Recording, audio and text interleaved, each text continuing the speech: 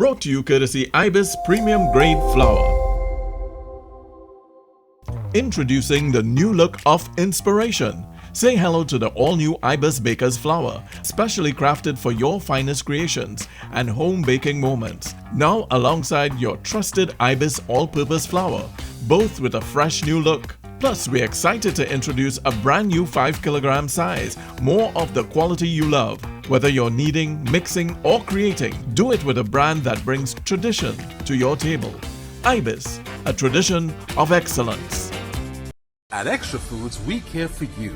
That's why we always have the widest variety, the best prices, spacious aisles of total convenience, plus clean, safe surroundings. Let us care for you. Extra Foods, always extra for less.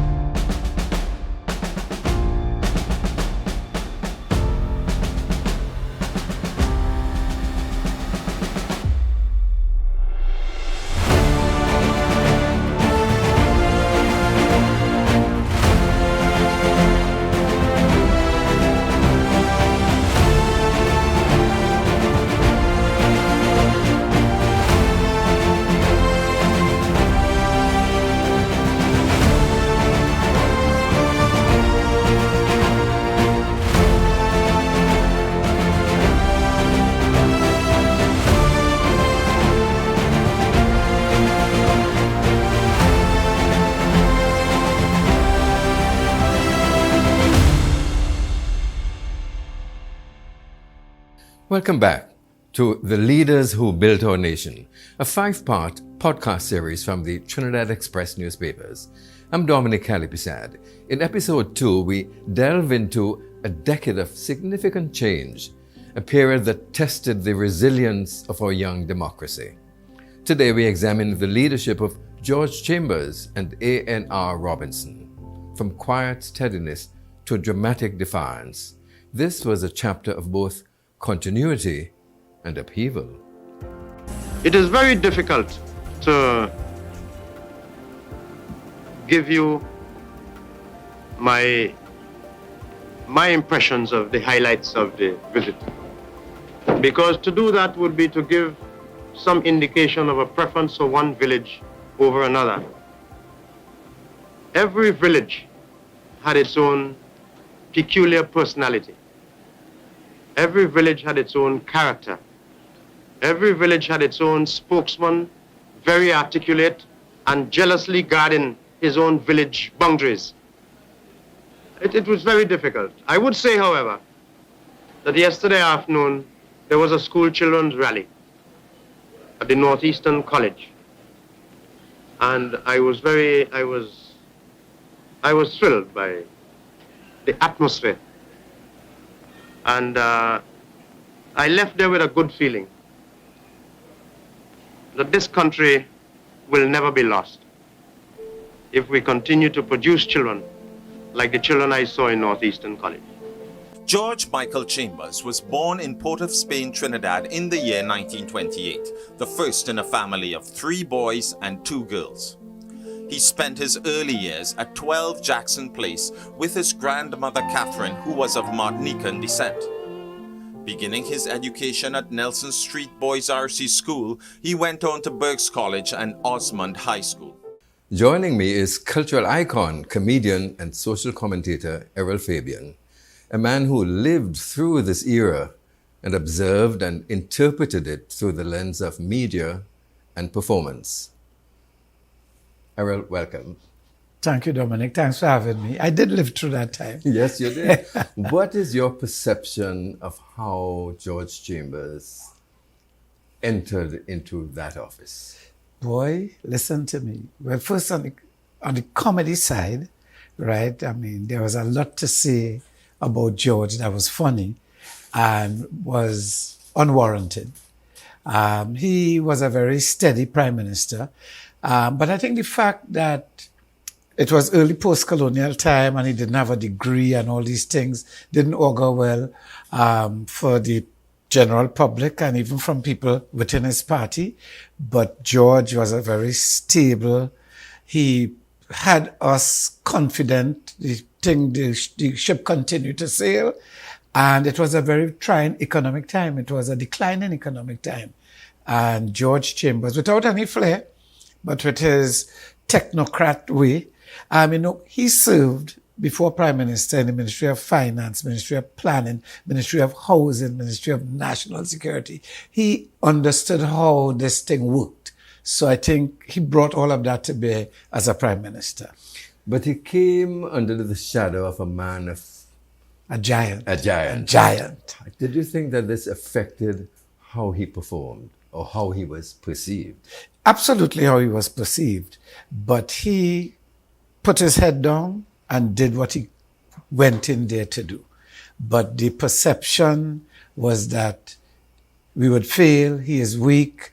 He lacked flair and, he wasn't a big dramatic guy.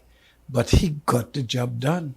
He really did. But still, you and others found him to be comedic fodder. Yeah.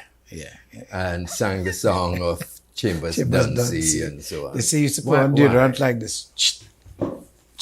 And they say his teacup had this side up. Do you think it is likely you could have been unfair to him? Absolutely. But comedy is not about being fair. It's not. But I think the whole country was unfair to George Chambers. He did us well, he did us proud, and he got the job done. So what do you know about his education and social policy during that time? Well, his education, he did, if I remember, like a general education correspondence course. And that's what he did. So after Eric Williams, such a prolific academic, George was not even his shadow academically. But like I said, because of the ministries George worked in, he understood and he knew how the thing worked and understand the governance structure. And he really kept the place stable. That's the word that keep coming to my mind for George Chambers, because people thought it was all for naught when Eric went. When Eric passed, they thought it was the end. But George Chambers stood up. He stepped up to the plate and he got the job done. I knew George Chambers in two capacities. One as a minister and the other as a prime minister. But in either capacity, I remember him as a no-nonsense person, very focused, very demanding, and very to the point. And consequently, those of us who worked closely with him, we knew that personality that we had to deal with. We knew the characteristics, and so we tried our best not to fail him. George worked at Hamel-Smith and Company before he embarked on his political journey. In 1956, he married Juliana Jacobs. They resided at St. Augustine with their daughter Andrea. My fondest memories is that he had a very, very high sense of humor. And with all my brothers, they are clowns. So, I remember, very, very fun times with them, although he was always the quiet one. After joining the People's National Movement in 1956, Chambers was elected to Parliament as member for St. Anne's East. This representation continued through the elections of 1971, 1976 and 1981. He held many portfolios as Minister of Finance, Public Utilities, Housing, National Security, Education, Planning, Industry, Commerce and Agriculture. His behavior is a template for the behavior of representatives in Parliament. He mixed easily with his constituents. He was literally at their beck and call.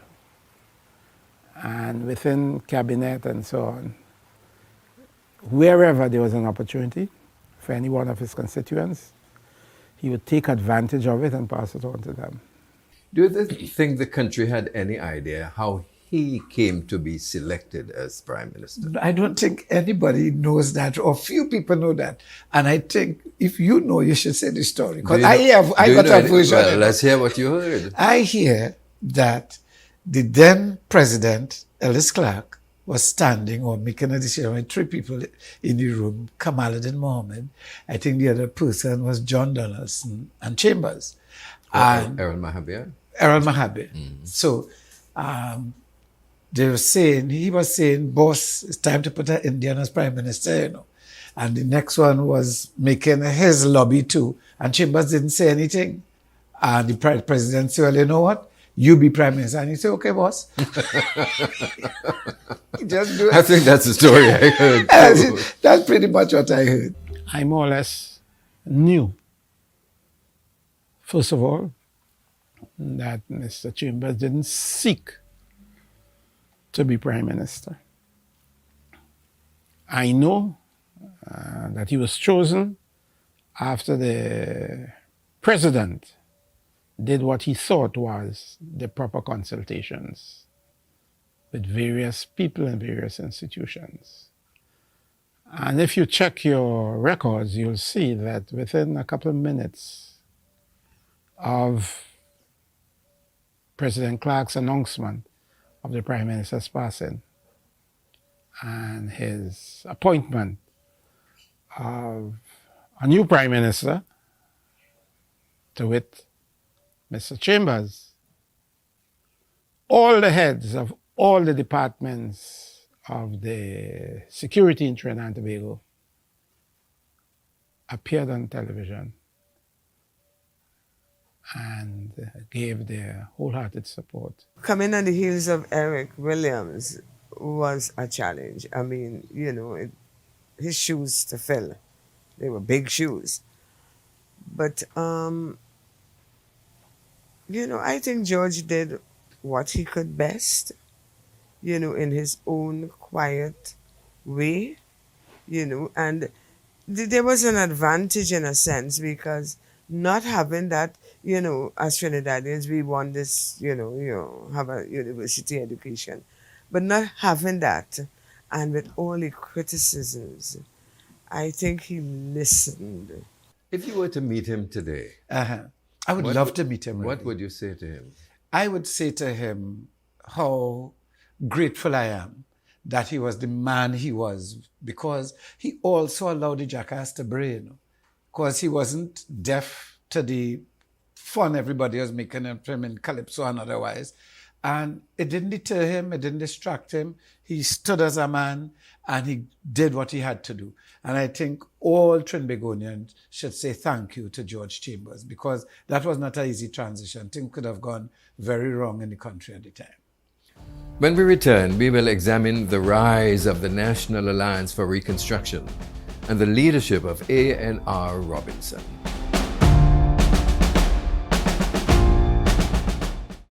Introducing the new look of inspiration. Say hello to the all-new Ibis Baker's Flour, specially crafted for your finest creations and home baking moments. Now alongside your trusted Ibis all-purpose flour, both with a fresh new look. Plus, we're excited to introduce a brand new 5 kilogram size, more of the quality you love. Whether you're kneading, mixing or creating, do it with a brand that brings tradition to your table. Ibis, a tradition of excellence. At Extra Foods, we care for you. That's why we always have the widest varieties, the best prices, spacious aisles of total convenience, plus clean, safe surroundings. Let us care for you. Extra Foods, always extra for less. In 1986, the NER, led by A.N.R. Robinson, swept into power with a landslide victory.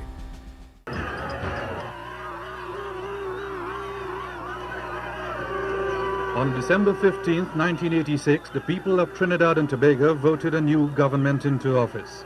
They chose Arthur Raymond Napoleon Robinson as their new leader. For a man who had fought the People's National Movement for nearly 3 decades from inside and out, Robinson's time had arrived.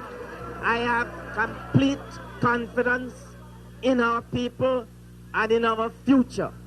However hard the problems may be, however difficult the road may be, I know we have what it takes to overcome. For the outgoing Prime Minister George Chambers, it was a most humiliating moment. His party had governed for 30 years. Now, under his leadership, the party had suffered an embarrassing defeat, and with it went his own constituency. I have accepted without reservation these results as the exercise of the democratic will of the people. It is certainly to our credit as a nation that the transfer of power can take place peacefully and in orderly fashion. For the people, it was what they called an act of liberation few thought possible. A whole generation had known no other governing party, and in those 30 years that the PNM held power, the party had somehow grown to believe that it owned the country, the people, and the resources.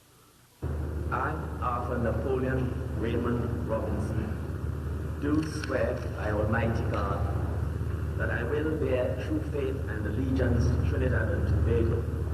Robinson, as the country's new leader, was embarking on a challenge many would not have accepted. What do you remember about Robinson's leadership style? Very often, I myself have uttered that he was the best prime minister we ever had. He had some very difficult decisions to make, and he felt as though he was a no-compromise kind of prime minister. It's black or it's white. It was under his stewardship that the dollar was floated, that we stopped importing fruit, that we also had some nice things where he had the national cleanup campaign when they just got into office. But the racial divide affected his governance also, because 2 years in or so, the ULF moved out of government, you know, and it was a weird coalition because it was the ANR, the DAC, and the ULF, I think, were the parties that came together. And it felt as though the country came together, especially in that first year. It was so exciting, you know, it was very exciting. There was a sense of patriotism very, very much in the country at the time. But Robinson was a very disciplined man. So how did his leadership impact the cultural, education, and civic life of the country? I think in a positive way, because we developed, coming out of George Chambers, coming out of that reign, Robinson put the spotlight on us as Trinidad and Tobago, especially with some of those fiscal measures that he made. It forced us to appreciate our fruit. It forced us to look at ourselves. It brought about the civic mindedness. I think we were really moving into something positive as a nation at the time. On July 27, 1990, the unimaginable happened. A radical religious group, the Jamaat al-Muslimin, stormed the Red House and held the government hostage. This is Trinidad and Tobago Television. We are being allowed to make another news bulletin. The Imam Abu Bakr wants you to know that the police headquarters in downtown Port-of-Spain has been gutted by fire. They are still in control of TTT. The staffers here are unharmed. At 6 p.m. this afternoon, the government of Trinidad and Tobago was overthrown. The Prime Minister and members of the cabinet are under arrest. We are asking everybody to remain calm. The revolutionary forces are commanded to control the streets. See, I have to come back to the PNM here, and I'm going to give myself some liberty here. That, remember, Robbie was a PNM minister. He was our Minister of Finance. He was our Minister of Home Affairs. He was a PNM. And he break ranks, and PNM don't like when you break ranks. So the same mischief against Chambers, which I'm sure, and I know originated in the very party, they were out to get Robinson. And then Pandy, who had to leave, It's like Robinson had two oppositions, although only one was sitting in the parliament, the PNM. But he came under fierce opposition, and it made his governance, they stained his governance, I think. And that coup was like the real blemish on our history and on his term. There was no way he could have won the election after that. But I see you attempted aligning his unpopularity within that political sphere Mhm. and the event of 1990. Are you suggesting that Abu Bakr exploited an opportunity? I think he was encouraged so to do.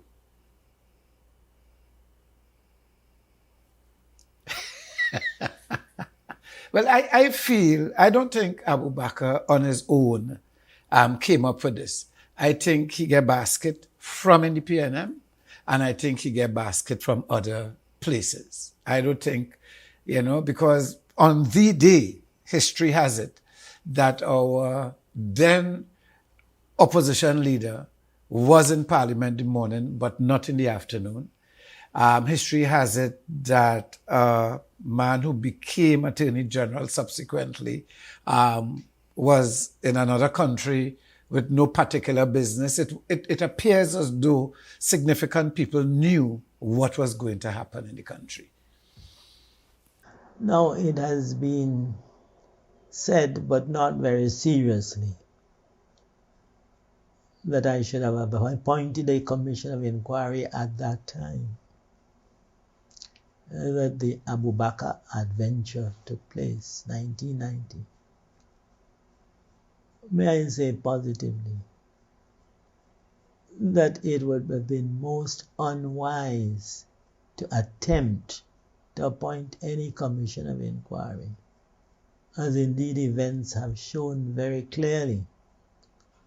We had both the PNM and the Pandey faction opposed to the ANR, which means a large section of the population was still opposed. And they, both Pandey and Manning, were at the time very, very vigorously opposed. I think their reaction to what took place, I think, is now well known. It has been said so many times. I don't need to repeat it. I felt it would be foolish to attempt. Even the selection of members to conduct the inquiry would have been vigorously opposed, adding to the greater uncertainty and disturbance in the country. Persons who were involved in promoting the attempt at the coup would not have their position, their acts exposed, so they would add to the disturbance. Trinidad and Tobago could have erupted into civil war if we had appointed a commission of inquiry to obtain the truth at that time. Where were you? I was in Parliament. And you saw the atrocities happen in there. Of course. Why do you think you were chosen by the insurrectionists as the person they would wish to be interim Prime Minister? I never knew why. I never knew why, but I knew they were looking to change the government and they wanted a transition government. And I don't know why they may have asked me, but I took a part in the so-called negotiations that took place with respect to the attempt to violently take over the government. But I don't think that had an effect on it. I really don't understand why. I think they were looking for a symbol of unity. This is in reflection. Now, one has read that it was John Humphrey who first mooted the idea of an amnesty. When that was mooted, how did you all follow through on that? You're correct. I was there, and I invited John Humphrey to join into the discussion at that moment in July 27th, and I was somewhat astonished that he would make that request. I did not think that the request had any legal rationale or real authority. In fact, the entire agreement that was mooted thereafter did not have, in my view, a legal authority. And the story is long on that issue, and the fact that it was eventually dismissed as being legitimate, although the perpetrators were freed in the process, is something that has perplexed me ever since. So the amnesty was a bluff? It was an instrument that was used to diffuse a strong, violent situation. It wasn't a bluff. It was an important instrument that brought the people to start the process by which, in fact, the situation was diffused.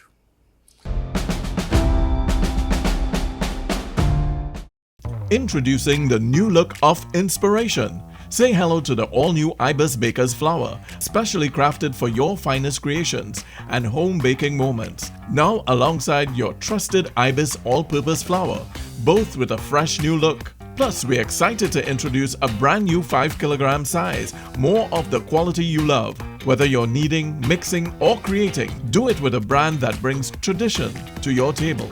Ibis, a tradition of excellence. At Extra Foods, we care for you. That's why we always have the widest variety, the best prices, spacious aisles of total convenience, plus clean, safe surroundings. Let us care for you. Extra Foods, always extra for less.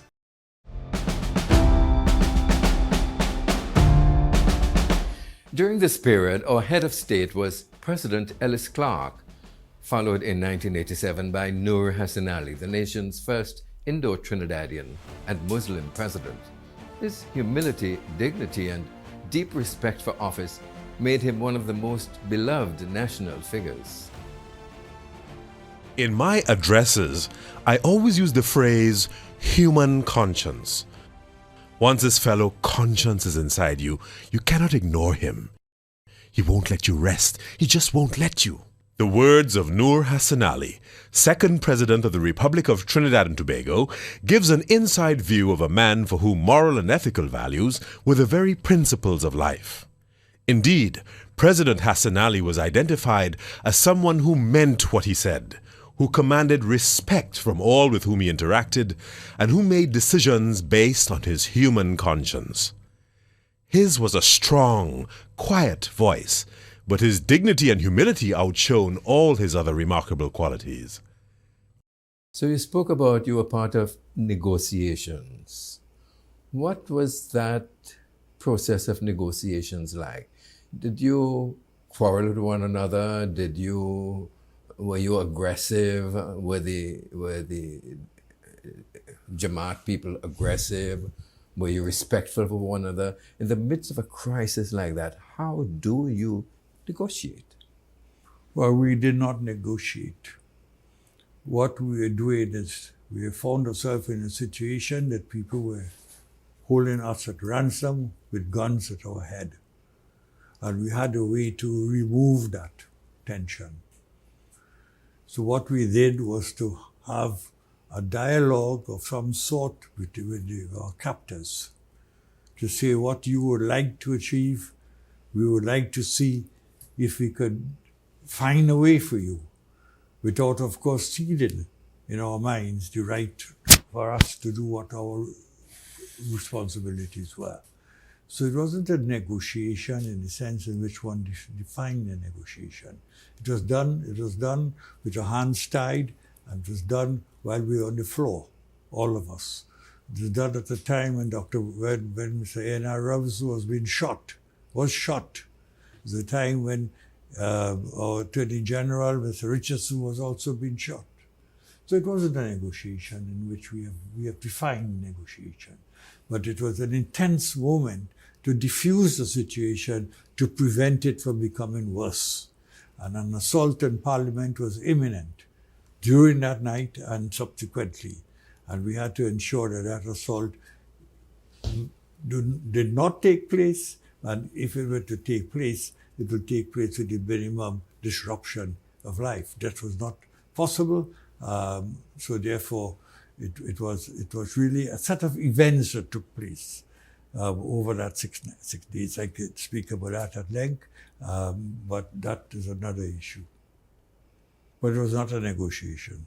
What was the exact trigger that caused them to pull the trigger to shoot him? Well, I think he was being defiant in acceding to any demands on their part, which they were first making to him. And in that defiance, they felt that, and Mr. Robinson, as you well know, was a man of great defiance in his whole political career. So he was just acting to himself. And I think the perception was that he was too defiant. Because he had been rumored to be, as Prime Minister, not very much of a team player, that he wanted things, it was either his way or the highway. Is that in keeping with the defiant spirit of Mr. Robinson? He was somewhat like you. He was stern. And in my interviews with you during our period in public life, you were always a stern interviewer, never allowing anyone to get away with anything that they ought not to get away with.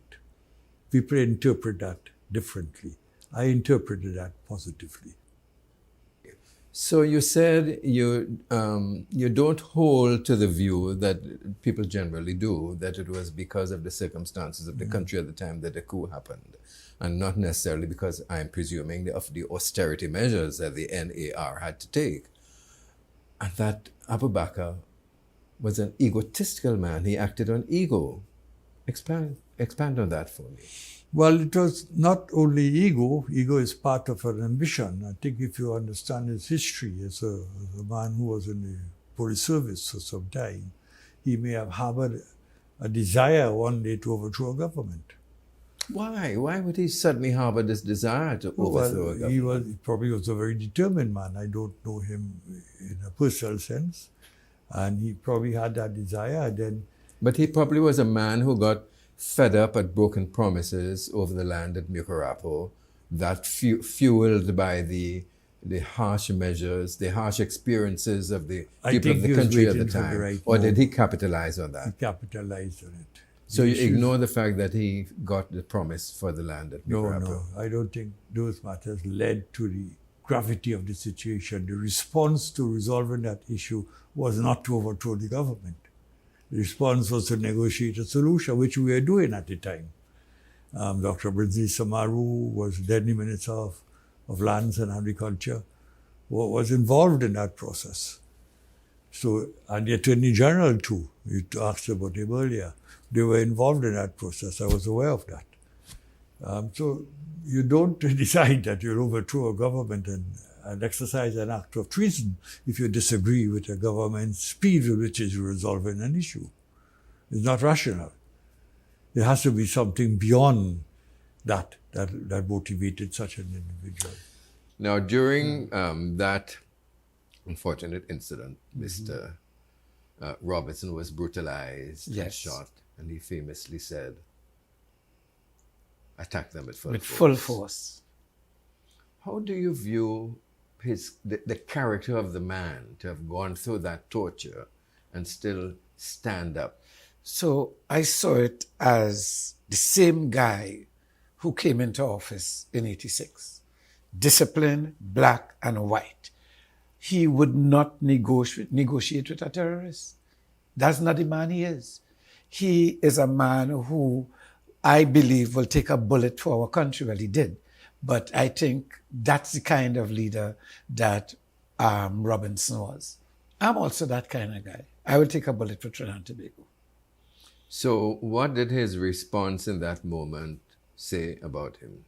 It said that the country was not for sale. You cannot bully us. You cannot force your way into office here. And that he said, over my dead body. That's what he said. Because if we had attacked with full force, he would have been a casualty in that situation. So he was pretty much telling them, over my dead body, this will happen. So get them, attack them, move on them. Don't study what's going to happen to me. He was talking on behalf of the other guys in the parliament also. But it was a very powerful and profound thing to say. And in the days and fearless thing. And in the days and weeks after? In the days and weeks after, Dominic, Trinidad and Tobago, but more so Trinidad, went through a very sad time. For me personally, it was very difficult because I was trapped outside of the country and couldn't come home. And my wife and 3 children were in Belmont and I couldn't get to them. All the looting was happening, different things was going on. And I managed to get a call and asked them to go down to Point Fortin, where they did go, where it was a different kind of energy there. But it was lawlessness, a lot of lawlessness. Our armchair analysts tend to associate 1990 with the loss of innocence and the beginning of the spike in crime in Trinidad and Tobago. Do you share that view? I share that view. The second part of it at any rate, because guns arrived in the country that were not for our armed services, you know, and people got a sort of brazenness, a sort of boldness. They were emboldened to do things that were not law-abiding things, to break laws. I would agree with that. Patricia Jean Nee Rollins, a top specialist in economics in Trinidad and Tobago, won over A.N.R's heart. They were married and together they have a son David and a daughter Anne Margaret. My wife has been an essential part of my life. And may I say, an essential part of the independence of our country of Trinidad and Tobago. Serving not only his country but the international community with determination and purpose, A.N.R. Robinson holds firmly to the belief that there is a divinity that shapes our end. I would like to be remembered as a leader who was prepared to sacrifice his life for the benefit of his country. A man of tremendous faith, a man who has lived by example. A.N.R. Robinson encourages the people as they cope with the challenges of democracy and independence in their twin island republic. So as you reflect, what would you say would be his legacy? Mr. Robinson? Wow. For me, because I think his legacy is fractured because of what happened in 1990. But for me, Arthur Napoleon Raymond Robinson is still the best prime minister we've ever had. And I think his policies saved us, and we should be still thanking him today. I think Arthur Napoleon Raymond Robinson's work to establish the CCJ and other things that he did with respect to law internationally, I think that will redound to our national legacy, not just his. Errol Fabien, commentator. Am I a commentator? Yep. That's what you are today. Okay, very well. Well, I must sit properly then. Thank you for sharing your views. Yes, you're very welcome. It was good. Thanks for inviting me, Dominic. Introducing the new look of inspiration. Say hello to the all-new Ibis Baker's flour, specially crafted for your finest creations and home baking moments. Now alongside your trusted Ibis all-purpose flour, both with a fresh new look. Plus, we're excited to introduce a brand new 5 kilogram size, more of the quality you love. Whether you're kneading, mixing or creating, do it with a brand that brings tradition to your table. Ibis, a tradition of excellence. At Extra Foods, we care for you. That's why we always have the widest variety, the best prices, spacious aisles of total convenience, plus clean, safe surroundings. Let us care for you. Extra Foods, always extra for less. In episode 3, we examine the return of the PNM under Patrick Manning and the historic premiership of Basdev Pandey. Join me, Dominic Kalipersad, next time on The Leaders Who Built Our Nation.